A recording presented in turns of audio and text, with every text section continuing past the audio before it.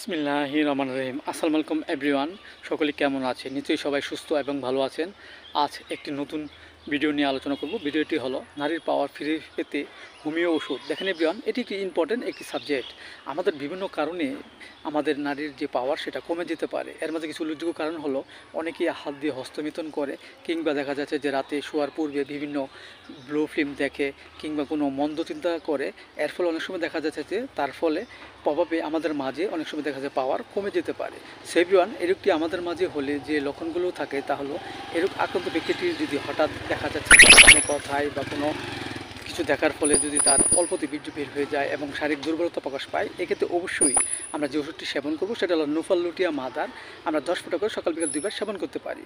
এবং দেখা যাচ্ছে যে স্ত্রী সহবাসের ইচ্ছা প্রবল, কিন্তু অল্পতে বীর্য বের হয়ে যায় এবং শারীরিক দুর্বলতা প্রকাশ পায় এবং অশান্তি চলে আসে, এক্ষেত্রে অবশ্যই আমরা যে ওষুধটি খাবো সেটা হলো ইন্ডিয়াম মাদার। আমরা 10 ফোঁটা করে সকাল বিকাল 2 বার সেবন করতে পারি।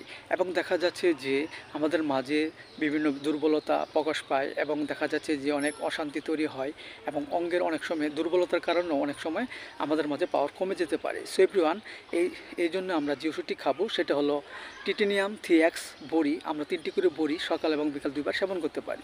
এতে করে অনেক অংশে আমাদের যে পাওয়ার সেটা আস্তে আস্তে ফিরে আসবে। পাশাপাশি আমাদের হোমিওপ্যাথিক যে বায়োকেমিক বড়ি দেখা যাচ্ছে যে নেটামিওর 6-এর 4টি করে বড়ি চিবিয়ে আমরা হালকা গরম কুসুম পানি সহ সকাল বিকাল 2 বার সেবন করতে পারি। এতে করে অনেক অংশে আমাদের মাঝে সুস্থতা ফিরে আসবে। এবং পথ্য হিসেবে আমরা কিছু পথ্য সেবন করতে পারি। যেমন দেখা যাচ্ছে যে আমরা প্রতিদিন অন্তত কিশমিশ, খেজুর এবং 1 গ্লাস দুধ খাবো। এতে করে আমাদের মাঝে যে পাওয়ারের যে সমস্যাটা সেটা আস্তে আস্তে দূর হয়ে যাবে এবং সুস্থতা ফিরে আসবে। সো এভরিওয়ান, ভিডিওটি ভালো লাগলে অবশ্যই আপনারা লাইক দিবেন, সাবস্ক্রাইব করবেন।